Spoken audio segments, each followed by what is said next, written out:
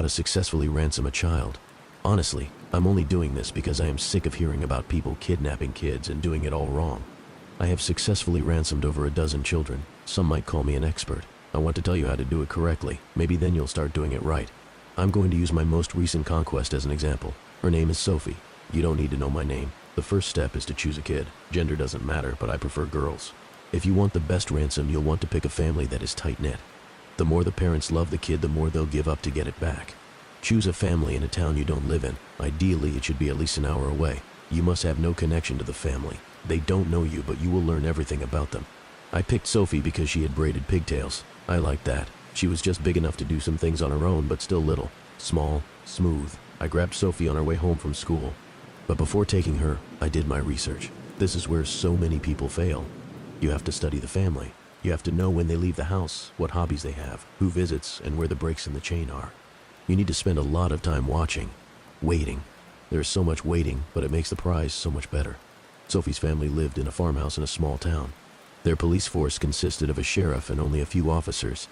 A smaller police force will help you. To make yourself less noticeable, don't use the same car to watch the house in.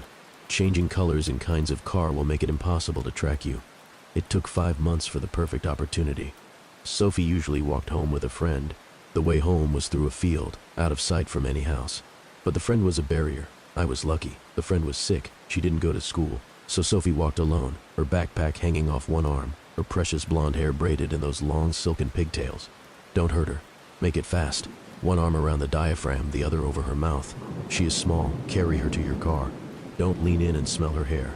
Once you have the kid, the real work starts. You'll want to send a ransom note in the mail.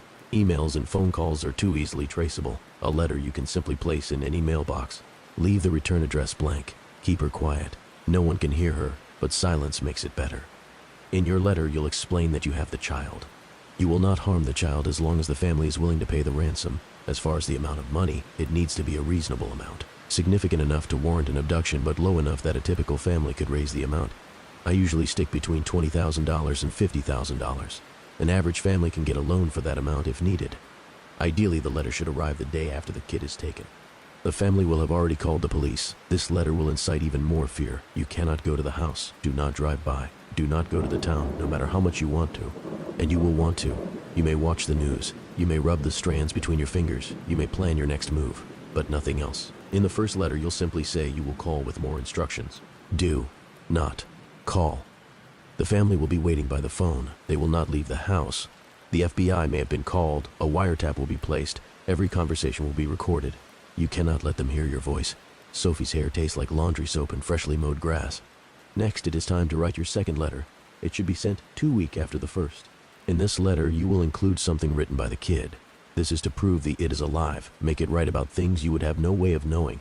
You should also include a picture of it, fully dressed with a newspaper. The letter will remind them of the ransom amount. Say you are anxious to get the money.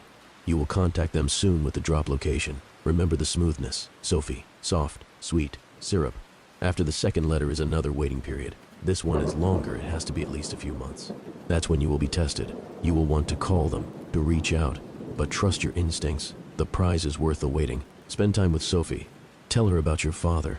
Your secrets are safe with her. You can trust her.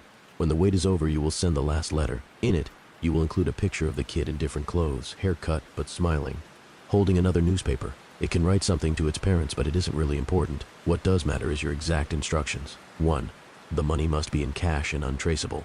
2. The drop point must be in the middle of a popular wooded area in the early morning, around 5 a.m. The area should be at least an hour away. 3. The entire family must bring the money to the site. 4. No cops allowed. 5. The family must wait an hour at the location, with the money in the spot. Then the kid will be released to them. 6. The reunited family must then return home immediately and never speak of this event again. Of course, the family will not follow all of the rules. Police will no doubt join them at the site, hiding. But that's okay. You never planned to go there in the first place. After all, Sophie has been dead since the day after you took her. She has to die.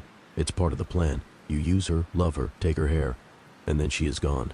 It is gone. It is now with the other its. Bloated, empty shells, deflated balloons hanging from the ceiling. You have to make it write the letters when you take it home. You tell it what dates to write. You take the 2 pictures that first day too. Just edit the newspaper to match the correct dates. It's not hard. The waiting is hard. But the prize is worth the wait. Silken braided pigtails. You can suck on the ends as you drive to the house. It tastes like a little dead girl, but the hair was already dead. No one will be at the house when you get there. Everyone, including the authorities, will be at the drop site. Now it is their turn to wait for something that will never come. You have to break into the house. This is where you will collect your ransom. You may take anything that is of any worth: televisions, jewelry, computers. If the computers do not have a password, most don't, there is another task you must complete. Delete all photos of it. Log into any social media. Most people leave themselves logged in and delete any reference to it. Photos, quotes, artwork. Do the same around the house. Take all the family pictures. Take any art it drew, anything with its name on it. Make it look like there never was a child in the house at all. The process can take a long time. Be thorough. Think of the braids in your front seat, the smoothness, and finally as you drive away, you can collect your ransom, your prize. Sure, you can sell the items you stole. It won't make you that much money, but that's not the real reason to do this. What you will collect is the knowledge that you destroyed that family. They will never see their kid again, never smell its hair. You own it now. They will never recover. All of their treasured items are gone. You have stolen their sanity, joy, safety. They will never be able to trust again. And that fact tastes almost as good as the pigtails. So there you go. That's how you successfully ransom a child. Now all of you out there have no excuse to do it wrong.